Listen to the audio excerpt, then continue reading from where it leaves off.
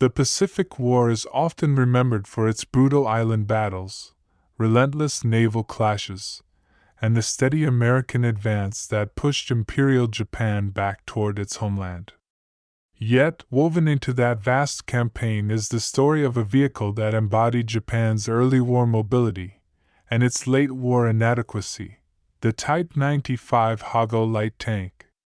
Its journey reflects Japan's shifting strategic priorities, industrial limitations, and the harsh realities of facing an enemy whose technological and industrial might continuously expanded.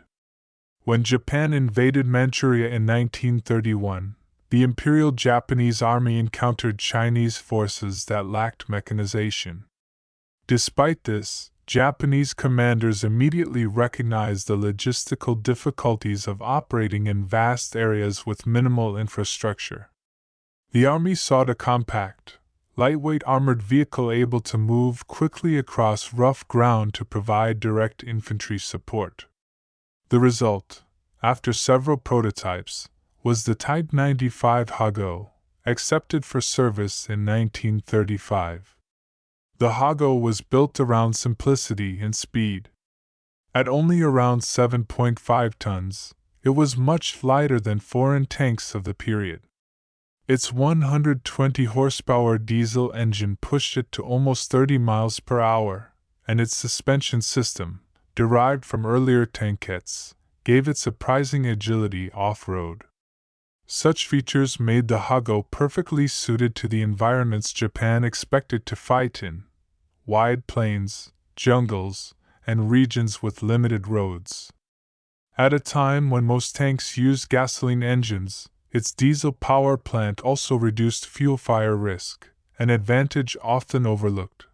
But the weight savings came at a steep cost. The armor was exceptionally thin, just 6 to 12 millimeters across most surfaces, adequate for deflecting rifle fire and light machine gun rounds, but useless against dedicated anti-armor weapons.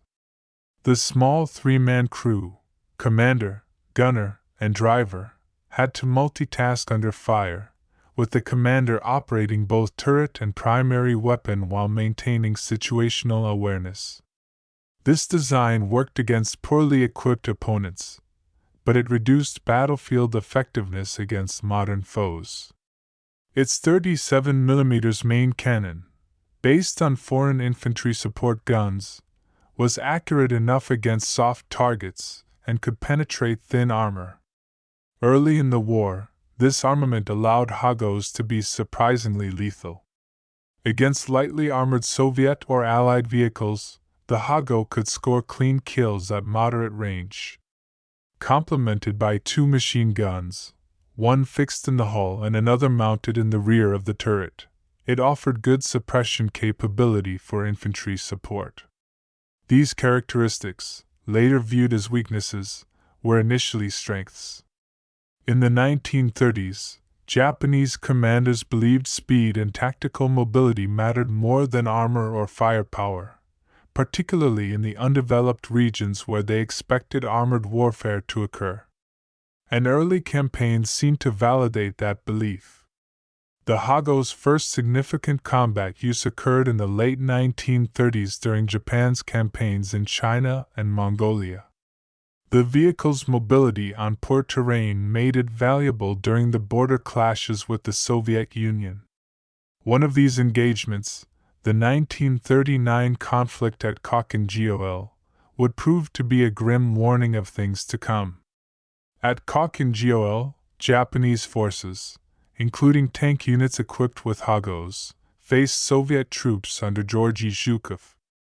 The Soviets commanded a far more powerful armored contingent, including BT-5 and BT-7 fast tanks. Despite Japan's aggressive tactics, the Hago's thin armor and weak gun were badly outclassed. Soviet 45mm guns tore through Japanese tanks without difficulty. Although some Hago crews managed close-range ambushes, losses were severe. The battle ended with a decisive Soviet victory. The Japanese took lessons from this defeat, but unfortunately, they would not act decisively on them. Instead of overhauling their armored doctrine or developing more robust fighting vehicles, they held to the idea that tanks existed primarily to support infantry and exploit breakthroughs, not to battle enemy armor. Limited industrial capacity and competing naval demands constrained design and production, preventing the development of heavier, better armed tanks. The Hago remained the dominant armored vehicle in Japanese service even as other nations rapidly advanced in tank design. The Pacific War exploded in 1941, and initially, the Hago found success once again. Allied forces in Southeast Asia were poorly prepared and often lacked armor, allowing Japanese tank units, including Hagos, to spearhead fast-moving offensives. In the Philippines and Malaya, these tanks proved invaluable. Their light weight let them traverse jungle terrain and narrow roads that Allied commanders considered impassable. Supported by rapid infantry advance and aggressive tactics, the Hago helped rout enemy units unprepared for mobile warfare. One of the most striking examples occurred in Malaya, where the British command assumed jungle terrain would prevent armor movement. The Japanese proved the opposite. Hagos moved through dense forest and soft ground, hitting rear positions and collapsing defensive lines. During the fall of Singapore, these light tanks helped secure key strategic points and demoralize British and Commonwealth defenders. In these early victories, the Hago appeared effective, even formidable. But this success masked a dangerous truth. The Hago's strengths only mattered when fighting opponents who lacked tanks or anti-tank weapons. As Japan's enemies brought better equipment to the field, the Hago's limitations became impossible to ignore. In the jungles of New Guinea and the sands of the Philippines, the Hago occasionally went up against American M3 Stuart light tanks. Compared to the Hago, the M3 featured thicker armor, better optics, and a more effective gun. In tank-on-tank fights, the Stuart generally held the advantage, though terrain often limited such encounters. Still, these engagements signaled the growing technical gap. By 1943–44, the American war machine was in full swing. The United States deployed massive numbers of well-equipped troops supported by powerful naval and air forces. More critically, Allied units now carried plentiful anti-armor weapons. Even infantry patrols frequently carried bazookas, anti-tank grenades, or heavy machine guns capable of disabling a Hago. Every clash increasingly revealed the Japanese tank's obsolescence. Jokes circulated among U.S. Marines who claimed they could disable a Hago with little more than a .50 caliber machine gun. It was not entirely an exaggeration. The true turning point for the Hago's combat legacy came in the Central Pacific, particularly on Saipan in 1944. There, American Marines faced waves of Japanese counterattacks, many including Hago tanks. But by then, even the Marines' standard support weapons could slice through the thin armor. One famous example detailed a Marine machine gunner whose squad pinned down and destroyed an oncoming Hago using only .50 caliber fire. The rounds struck with such force that they ripped through the turret's front plate and killed the crew instantly. The tank's armor, once designed to deflect rifle rounds, proved meaningless. The Marines, reflecting on this, concluded that they had never seen a real fighting tank, only lightly armored targets whose crews displayed great courage but no chance of victory. This brutal truth defined the Hago's later career. The bravery of its operators far exceeded the capabilities of their machine. Japanese industry tried to introduce improved models, but shortages in raw materials and factory capacity made large-scale upgrades impossible. Other designs, like the Type 97 Chiha and its variants, were better armed but still inadequate against modern Western armor. Japan simply could not keep pace technologically. By 1944–45, the Type 95 was being thrown into hopeless battles. Its once impressive mobility no longer compensated for its weak armor and gun. American tanks, artillery, aircraft, and bazookas shredded Japanese armor wherever it appeared. On Okinawa and Luzon, Hagos were often buried as stationary emplacements, an admission that their battlefield mobility no longer offered advantage. They served as expendable pillboxes, sacrificed to slow the American advance for mere hours. Despite this, the men who crewed these fragile machines displayed enormous resolve. They launched nighttime assaults, hid in palm groves for close ambushes, and continued fighting even as their vehicles burned beneath them. In many cases, crews died at their posts rather than abandon their tanks. Their courage could not overcome the reality that they were fighting inside vehicles hopelessly outmatched. By the war's end, Japan had lost most of its tank force. The Hago, once an innovative light tank, had become a symbol of the empire's inability to modernize. Nothing better encapsulates this than the image of a Type 95 burning on a Pacific battlefield, punched through again and again by enemy fire. Still, the Hago had played a pivotal role early in the war. It spearheaded Japan's lightning victories in Malaya, the Philippines, and elsewhere. It proved that armor could transform jungles into battlegrounds. But it also demonstrated how quickly military technology evolves, and how a tank that dominates one year can be useless the next. In the post-war period, a small number of Hagos remained. Some were repurposed by emerging Asian militaries lacking armored vehicles. Others rusted where they were destroyed, silent relics of a war that had left Japan shattered. Many surviving examples now rest in museums, where their compact frames and simple constructions stand in stark contrast to the massive tanks that came later. To understand the Hago is to understand Japan's strategic mindset. When designed, it fit Japan's belief in rapid infantry-tank cooperation across difficult terrain. Its designers prioritized speed and production simplicity over protection. And for a time, that philosophy worked. But as the United States and its allies fueled their war effort with vast industrial power and constant technological improvement, Japan's early advantages evaporated. The Hago reflects a broader truth. When nations enter total war, innovation, adaptation, and production capacity decide victory. The Hago was not inherently a poor design.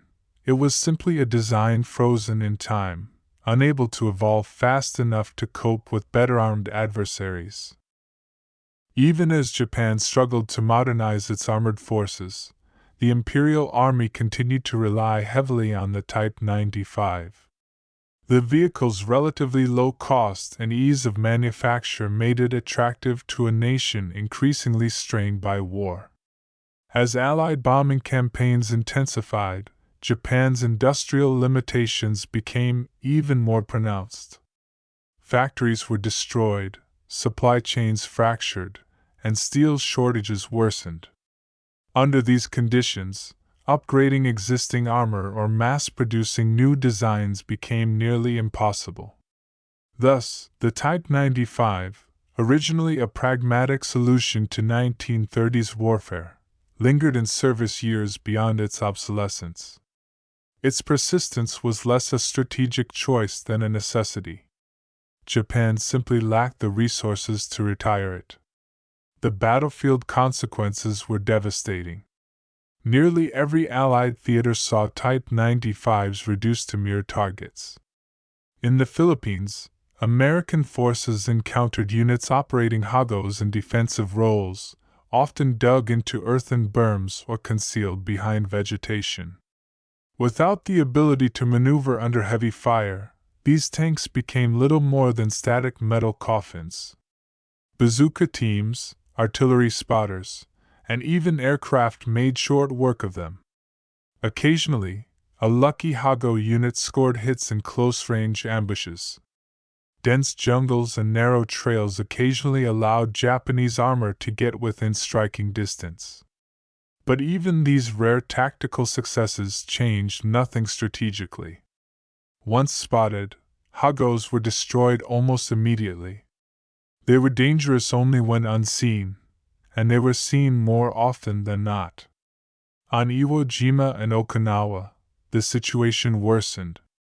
The Japanese command, recognizing the Hago's hopeless battlefield performance, sometimes buried the tanks in defensive positions with only their turrets exposed. These makeshift pillboxes could surprise advancing infantry, occasionally killing men before being blasted apart by coordinated American fire. Their sacrifice only slowed the inevitable for a brief moment. Still, the crews fought with unwavering determination.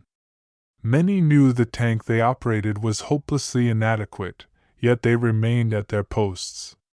This was especially evident during final, desperate counterattacks.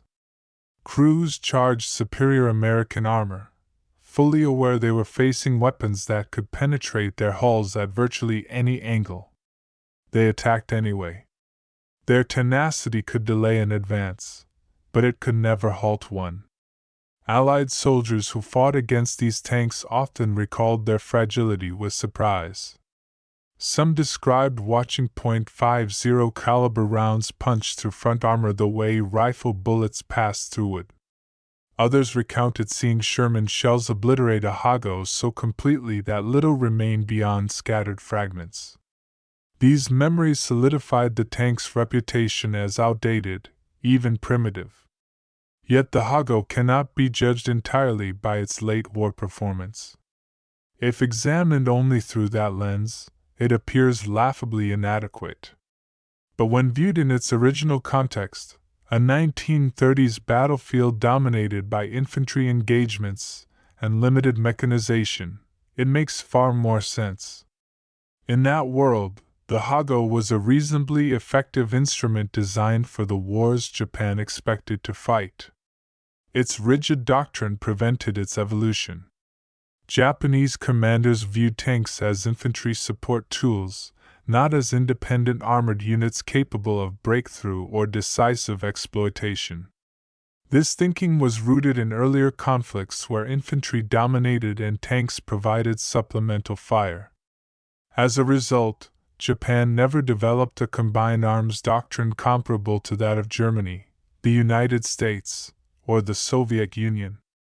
Furthermore, Japan lacked the industrial base to shift strategies mid-war. Even if leaders wanted modern armor or revised doctrine, they lacked the factories, steel, and fuel required to execute such change. The country had devoted much of its industrial might to naval expansion prior to the war, believing that sea power would determine the nation's fate. When the Pacific conflict turned into a grinding land campaign across island chains, Japan found itself technologically unprepared.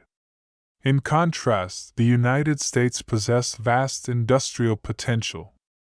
Once fully mobilized, American factories churned out tanks, aircraft, ships, and weapons at staggering levels.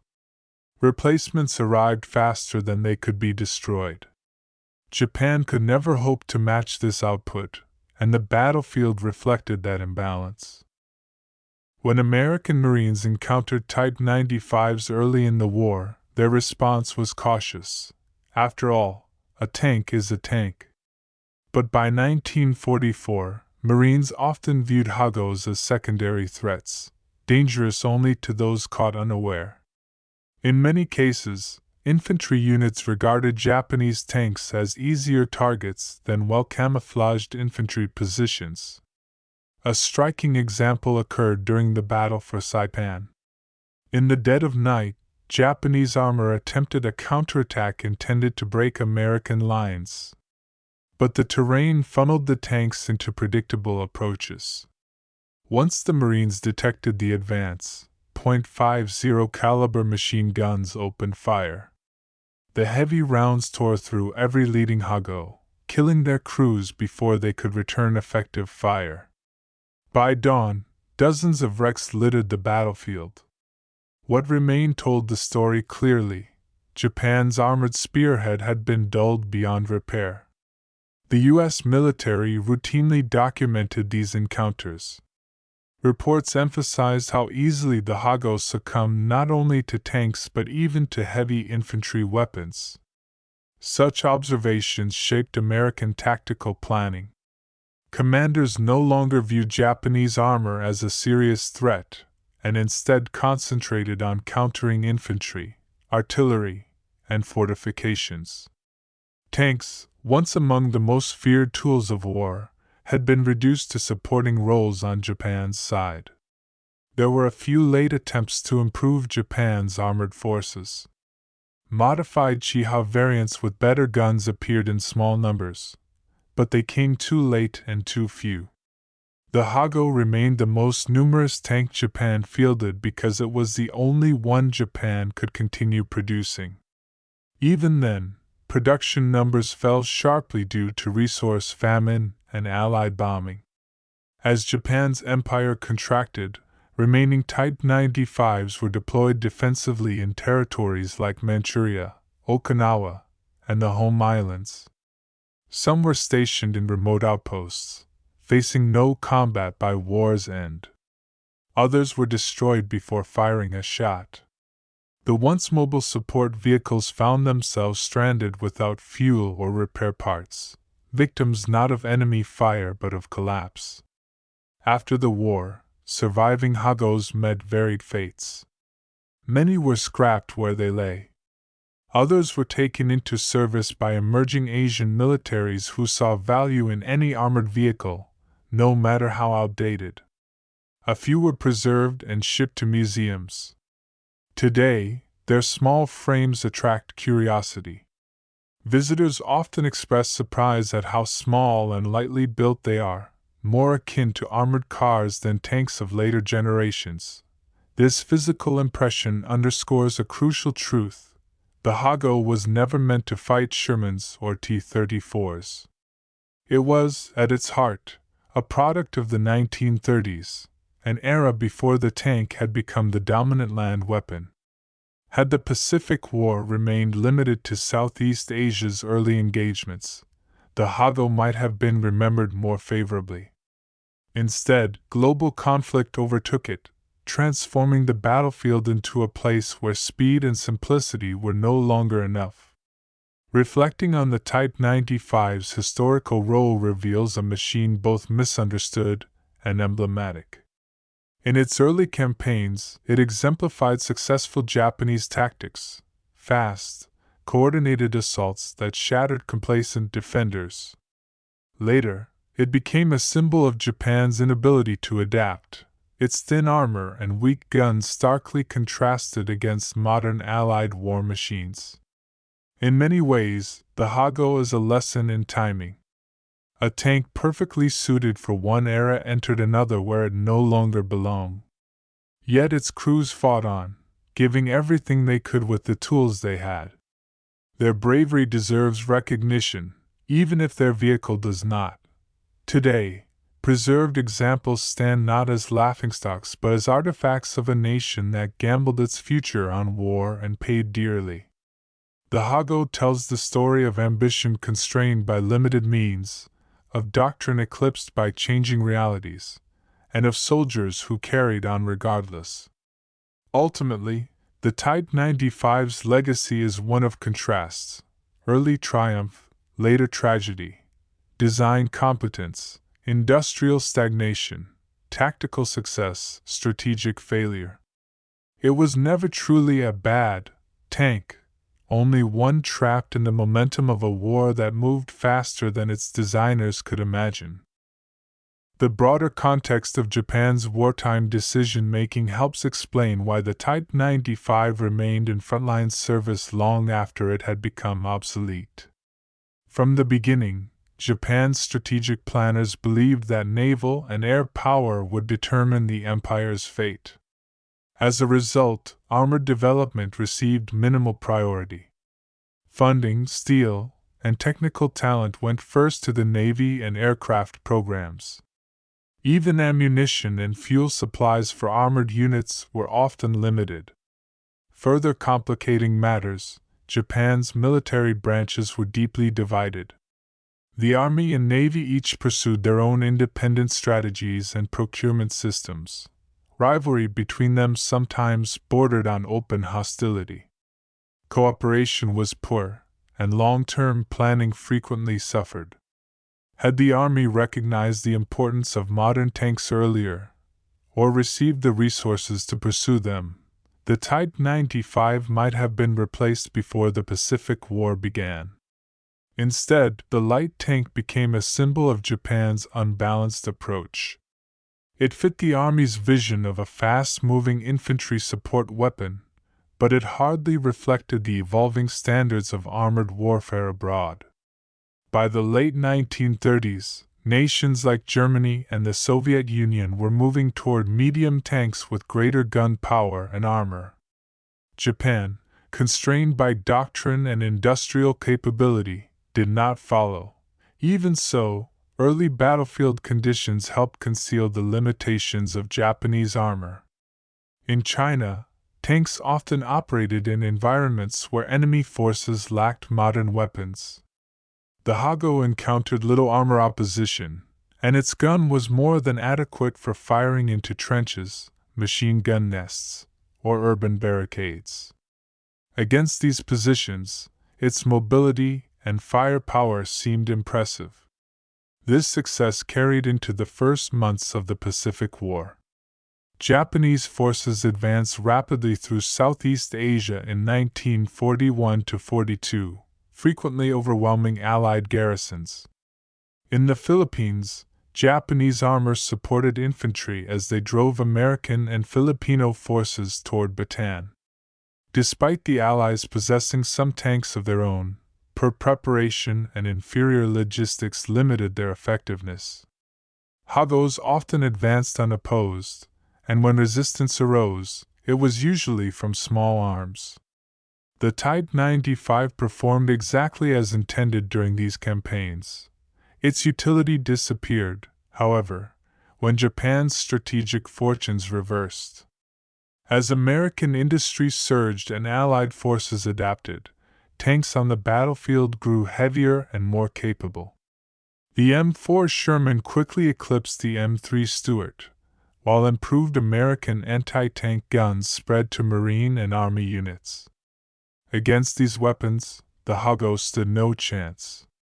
Its armor, never designed to withstand hits from cannons larger than 20 to 25 millimeters, was now facing weapons more than twice as powerful.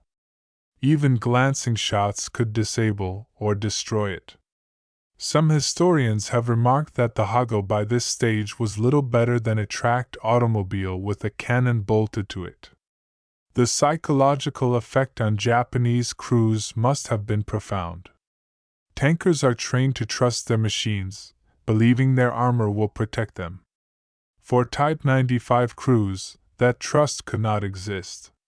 They entered battle knowing that any well-aimed shot would likely kill them.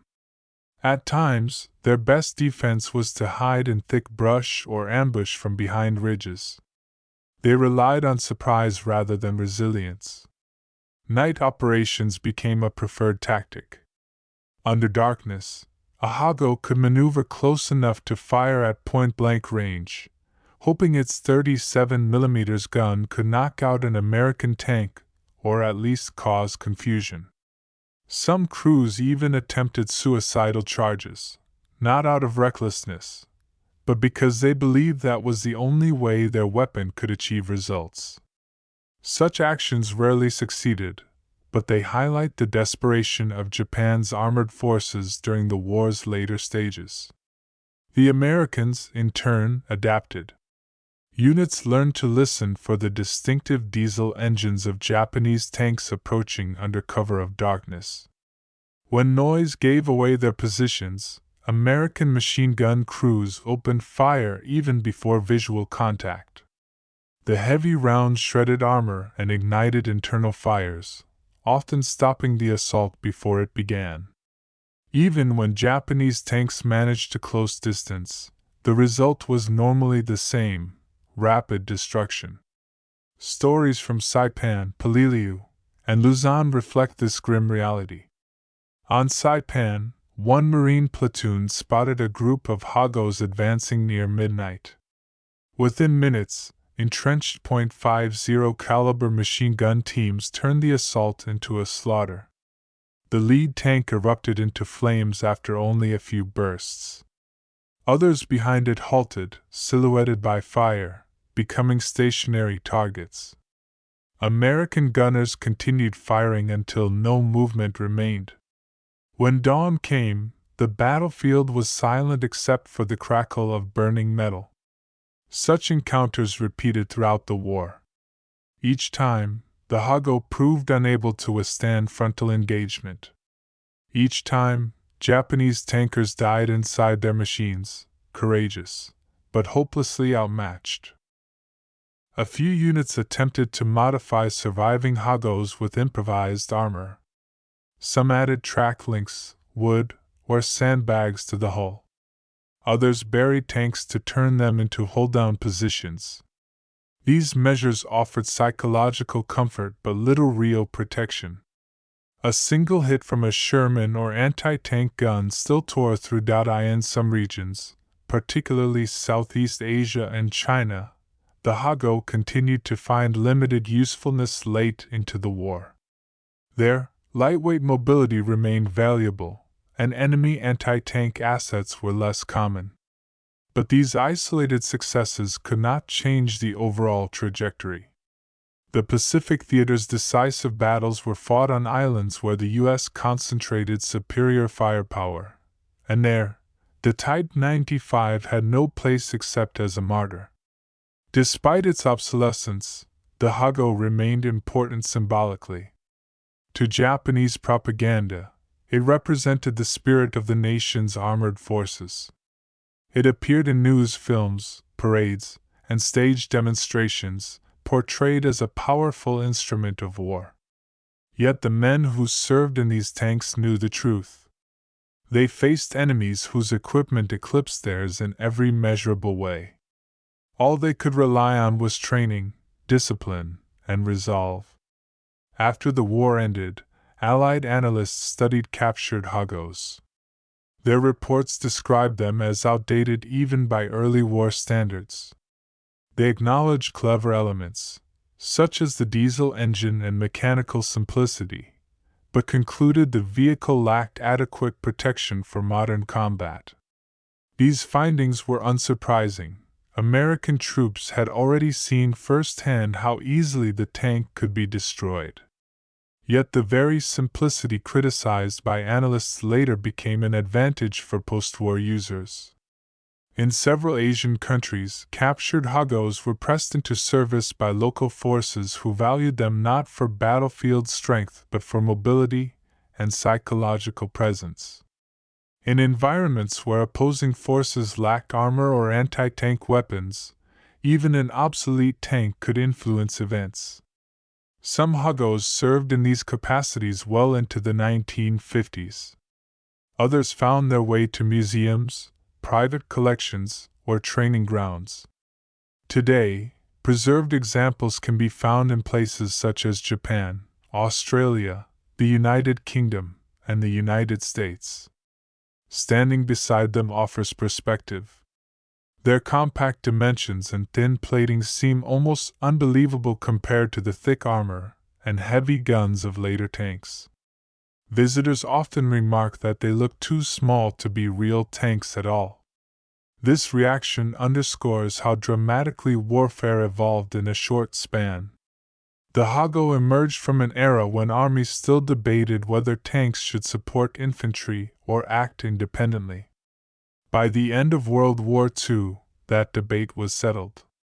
Tanks would be designed to survive direct combat with other armored vehicles, and those that couldn't would be relegated to history. The Type 95 never fit that new world. Even so, judging it solely by late war performance overlooks its early significance. It was, in many ways, a pioneering machine for Japan. It demonstrated that light armor could move quickly through difficult terrain, enabling operations in regions previously thought unsuitable for mechanized warfare. It supported successful offensives against numerically superior forces and helped establish early Japanese dominance in the Pacific. The story of the Hago is therefore neither triumph nor failure, it is both. It reflects the peaks of early Japanese military success and the depths of later defeat. It illustrates how technology, doctrine, and industry must advance together to remain relevant. Ultimately, the Hago endures not just as a vehicle, but as a lesson. It reminds us that war is dynamic. A machine designed for one moment can quickly become obsolete in the next. The men who fought inside these light tanks did so with honor, often facing impossible odds. Their bravery, not the armor they rode in, forms the core of the Hago's legacy. As the battle for Saipan intensified, the Japanese High Command hoped their tanks could deliver a decisive counterstroke that would drive the Americans back into the sea. Yet once the night attack collapsed against entrenched Marines, the armored regiment was effectively shattered. Only a handful of vehicles survived the initial onslaught, and these retreated in confusion towards secondary defensive zones. American patrols moving forward at dawn found a trail of disabled tanks, some smoldering, some silent, and others abandoned in place with their hatches open. The sight reinforced the simple truth: Japan's armored forces were no longer a meaningful factor in the war. For the Marines, the destruction of the 9th Tank Regiment became a pivotal moment. It demonstrated conclusively that Japanese tanks, once feared for their speed and jungle adaptability, were no longer the threat they had been at the war's outset. Infantry commanders learned that their heavy machine guns could stop armor without needing artillery support. This revelation increased confidence throughout Marine units and shaped how they prepared for future battles. Sherman crews, meanwhile, viewed the encounter almost as target practice. Many recalled how Japanese shots simply bounced off their sloped armor. Tank battles on Saipan rarely became drawn-out duels. Instead, they tended to conclude within seconds. Once a Sherman detected enemy armor, a single armor-piercing round often destroyed it outright. Some crews reported that they felt more threatened by Japanese infantry than by the tanks themselves. Despite the lopsided result, Japanese tankers fought with determination. Some attempted flanking maneuvers, hoping to exploit dead ground before closing in. Others deliberately drove toward the heaviest fighting, intent on sacrificing themselves to buy time for infantry to regroup. But the imbalance could not be overcome. The sheer volume of American fire from infantry guns, anti-tank crews, and Shermans made survival nearly impossible. As daylight spread across the island, the battlefield revealed the scale of the failure. Many Hagos lay burned through, their armor punctured repeatedly. The thin hull plates had allowed incoming rounds to ricochet inside, creating deadly fragments. Crews often died instantly or were incapacitated before they could escape. Those who attempted to abandon their burning tanks faced heavy rifle fire from Marines who assumed that any movement indicated resistance. After the destruction of the 9th Tank Regiment, Saipan's defenders shifted their focus to static positions, caves, and subterranean fortifications. With armored support lost, they relied increasingly on night infiltrations, sniper fire, and concealed artillery. These tactics inflicted casualties, but they could not halt the American advance. The fall of Saipan had profound consequences. Japan's leadership understood immediately that their homeland was now within striking distance of American bombers. The loss sent shockwaves through society and government alike. Prime Minister Tojo resigned soon after, a symbolic acknowledgement of strategic disaster. Yet for those who fought on the ground, the lesson was simpler: Japanese armor was no longer competitive in modern war. Similar scenes unfolded later on other islands. At Peleliu, Japanese tanks once again attempted counterattacks, only to be destroyed rapidly by American armor and heavy machine guns. On Luzon, the pattern repeated. Small groups of Japanese tanks charged American lines with bravery, but few achieved lasting effect. The imbalance in firepower and protection made success impossible. Even isolated victories came at high cost. In a few engagements, Japanese tank crews managed to ambush American armor from concealed positions, sometimes disabling a Sherman with a close-range shot. Yet these successes were tactical footnotes that changed nothing. The U.S. continued to commit larger numbers of tanks supported by abundant supplies, mechanics, spare parts, and fuel, elements Japan could no longer match. As the American advance pressed toward Japan, the Imperial Army began hoarding its remaining armor for the inevitable homeland defense. There, the plan was not to meet Allied tanks head-on, but to use them as pillboxes or static fortifications buried in defensive lines. Some Hagos were even placed in urban centers or concealed behind rubble, their engines disabled to reduce maintenance demands. The idea was simple: use every remaining weapon to delay the U.S. advance, even if mobility was lost. The scarcity of modern tanks forced Japan to rely more on infantry portable anti-tank weapons. These included magnetic mines, satchel charges, and improvised explosives. Soldiers were trained to throw themselves under enemy armor if needed. This grim approach reflected the strategic desperation of the final months. A tank that could not withstand even a machine gun offered little hope against Allied armor, so the burden fell on infantry to compensate. On Okinawa, Japanese forces fielded very few tanks, recognizing that open confrontation would lead to instant destruction. The handful of armored vehicles deployed there were destroyed quickly, contributing almost nothing to the defense. Instead, the defenders fell back on fortified cave networks and subterranean tunnels, where armor played no practical role. As Japan's surrender approached, the Type 95 was a relic. Yet it had once represented the cutting edge of Japanese military engineering. In the early 1930s, it had been among the fastest and most reliable tanks in Asia. Its bell-crank suspension, diesel power plant, and light footprint allowed it to go where larger machines bogged down.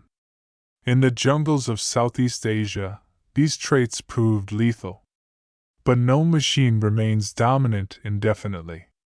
When confronted with a radically new battlefield, one dominated by superior armor, overwhelming firepower, and industrial depth, it could not adapt. Designers had shaped the Hago to fit Japan's doctrine, an infantry support tank intended to exploit mobility rather than endure head-to-head combat. That doctrine worked against poorly armed opponents. It failed catastrophically against an enemy able to bring tanks, artillery, and mechanized logistics to bear. Even if Japan had attempted to redesign or replace the Type 95 earlier, its industrial limitations may have prevented meaningful change. The factories that could have built better armor were consumed with aircraft, shipbuilding, or munitions. Fuel shortages further limited armored training and deployment. Many tank crews entered battle with only limited experience operating their machines. For these soldiers, the Hago was not merely a vehicle, it was a lifeline. They knew its weaknesses intimately. They recognized that its armor could fail at any moment. But they fought anyway, relying on maneuver, stealth, and courage to overcome disadvantages. Their perseverance in such conditions remains a testament to their resolve, even if their machines could not match their spirit. The lessons of the Hago echo into modern times. Warfare evolves quickly, and weapons designed for one environment can fail miserably when conditions change. Superior training or bravery cannot compensate forever for mismatched equipment. Strategy, production capacity, and technological adaptation often determine the outcome long before shots are fired. In this sense, the Type 95 represents more than a tank. It embodies the story of Japan's wartime trajectory. Early victories driven by bold tactics and specialized equipment, followed by crushing defeat when facing an industrial superpower capable of fielding overwhelming force. As the Pacific War pressed onward, the Type 95 remained in service simply because it had to. Japan lacked the time, steel, fuel, and factories to replace it with more modern designs in meaningful numbers. Several prototypes, like the Chihi and Chinu, offered much better protection and firepower, but they never appeared in sufficient quantity to influence the battlefield. Most were kept on the home islands, prepared for the final stand that never came. Thus, even in 1944 and 1945, Japanese tank squadrons operating in the field continued to rely on a design conceived at a time when machine guns were considered a real threat to enemy armor, because they were. 30mm plates had seemed sufficient when the Type 95 entered service. 2 decades later, that armor thickness was little more than an invitation to incoming fire. For soldiers in Hagos, the battlefield became a contest of luck rather than protection. If they were spotted first, they rarely survived. Their greatest advantage was mobility, but in the island battles of the late war, there was often nowhere left to maneuver. The jungles and mountain slopes that once offered concealment now funneled them into predictable paths. U.S. reconnaissance aircraft, infantry patrols, and armored formations created overlapping screens of detection. The Hago had no answer to such constant surveillance. Each new island campaign exposed the same pattern. Japanese tanks were hidden carefully, then thrown into desperate counterattacks that failed to make meaningful gains. The Americans, well supplied and backed by naval gunfire, simply replaced losses and pushed forward. Japan could not afford such attrition. Every destroyed Hago represented not just a tactical defeat, but an industrial one. Even so, Japanese planners tried to adapt. They shifted their tank formations away from independent maneuvers towards supporting infantry ambushes. Some Hagos were dug into berms or hillsides, burying the hulls so only the turret remained visible. From these positions, they could at least trade shots without exposing their vulnerable sides. Others were used as decoys or bait, drawing American fire so artillery units could triangulate enemy positions. Still, these measures failed to change the broader outcome. The U.S. military simply had too much ammunition, too many tanks, and too much firepower. Against such strength, each Japanese adaptation proved temporary. By the final year of the war, Japan had accepted that its armor force was no longer capable of offensive operations. Instead, tanks became tools of last-ditch resistance, obstacles rather than spearheads. The Hago, created for a war of movement, was now relegated to motionless defense. That transformation symbolized the empire's situation as a whole.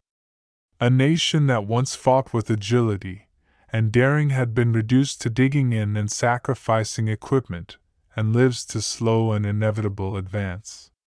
The Pacific Campaign had begun with swift strikes and stunning victories. It ended with a grinding retreat marked by desperation. The Hago's decline also illustrates a broader truth about wartime innovation. Weapons that excel in one environment may be obsolete in another. In the early 1930s, Japan realistically anticipated fighting in China, Siberia, and Southeast Asia. None of those theaters demanded thick armor or large guns. A fast, lightly protected tank was the correct choice for the expected mission. Success in Manchuria and the early Pacific campaigns reinforced confidence in that doctrine. But Japan failed to anticipate how rapidly tank design would evolve. While other nations upgraded armor, armament, ammunition, optics, and engines, Japan continued to rely on incremental improvements. The Type 95 successors never reached the quality or numbers needed. The gulf between Japan and the United States widened every month. Those who fought inside Hagos understood this all too well. Many tankers went into combat aware that their weapons were inferior. Some wrote farewell letters before taking their positions, knowing survival was unlikely. Their courage cannot be separated from the flawed machines they served in. They fought with what they had, even when that meant facing Shermans with armor that could be punched through by a machine gun. For U.S. troops, the Hago became a symbol of Japanese resolve and decline, enemy tanks that charged boldly but could be stopped with relative ease. Many Marines later recalled seeing knocked-out Japanese armor scattered across beaches, roads, and fields. Some described the haunting sight of tank hulls pitted with bullet holes, proof of how vulnerable they had been. A few captured Hagos were tested by American intelligence. Evaluators noted that the tank was lightweight, mechanically simple, and highly maneuverable. In different circumstances, those qualities might have remained assets. But the Pacific had become a battlefield defined by artillery barrages, armor clashes, and overwhelming firepower. The Type 95 simply did not belong there anymore. After the war, surviving Hagos were collected as trophies or scrapped for metal. A handful were sent to museums, where they stand today as reminders of another era. Rare examples sit in collections in Japan, the United States, Australia, and a few Pacific islands. Some still show the scars of combat, punctured plates, scorched paint, and bent road wheels.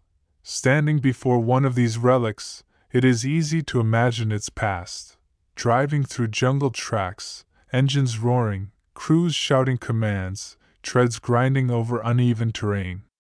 Each represents not just a vehicle but the story of an army trying to fight a war it was never equipped to win.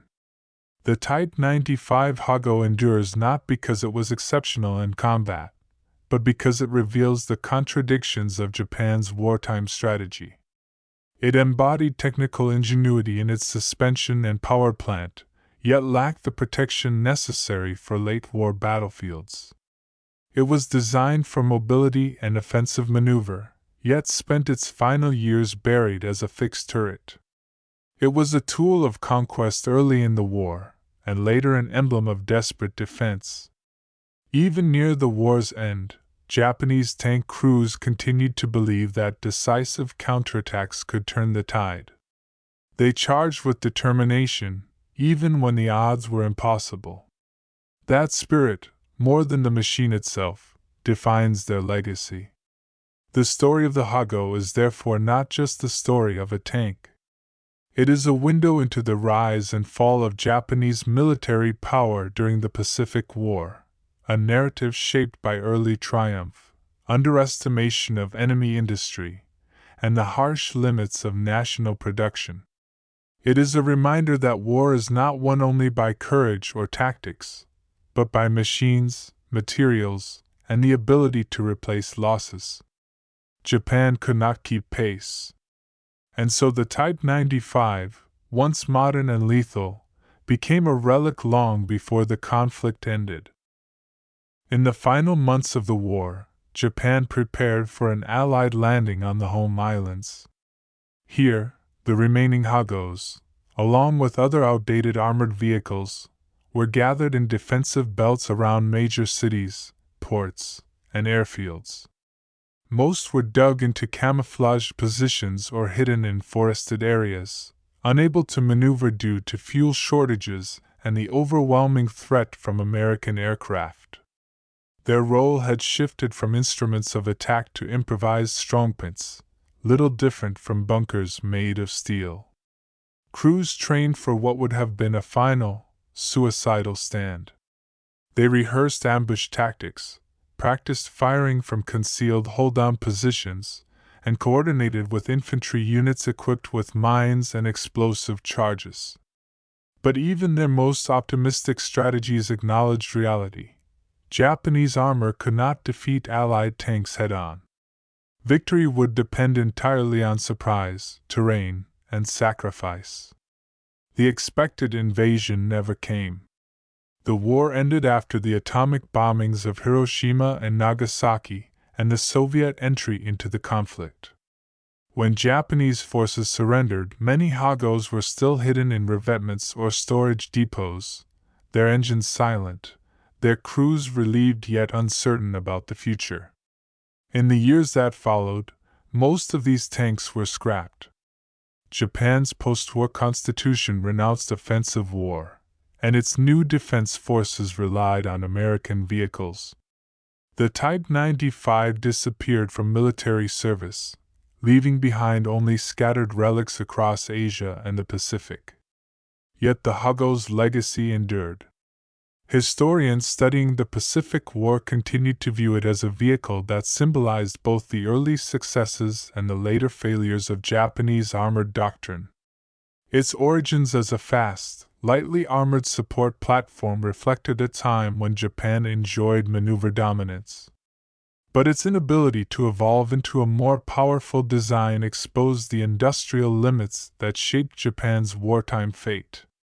In retrospect, the Hago's shortcomings were not solely the result of poor engineering. Rather, they stemmed from a nation forced to choose where to invest limited industrial resources. Japan prioritized ships, aircraft, and naval air power. Tanks were simply not central to its strategic outlook. When the U.S. brought overwhelming industrial weight to the Pacific, Japan's neglected armored forces were left behind. Even so, the Hago remains a significant historical artifact. It stands as a reminder that technological choices made during peacetime can define wartime success or failure.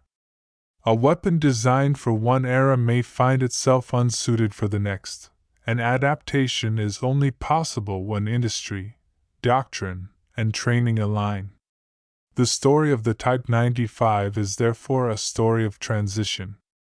It began as a state-of-the-art solution for Japan's early campaigns, swift, inexpensive, and effective. It ended as an outdated machine facing opponents far beyond what its designers imagined. Its journey from strength to obsolescence mirrors Japan's wartime arc: bold beginnings, overstretched ambitions, and ultimate collapse under superior industrial pressure. Today, the few surviving Hagos serve not only as museum pieces, but as symbols of a conflict in which technology and doctrine shifted faster than Japan could respond.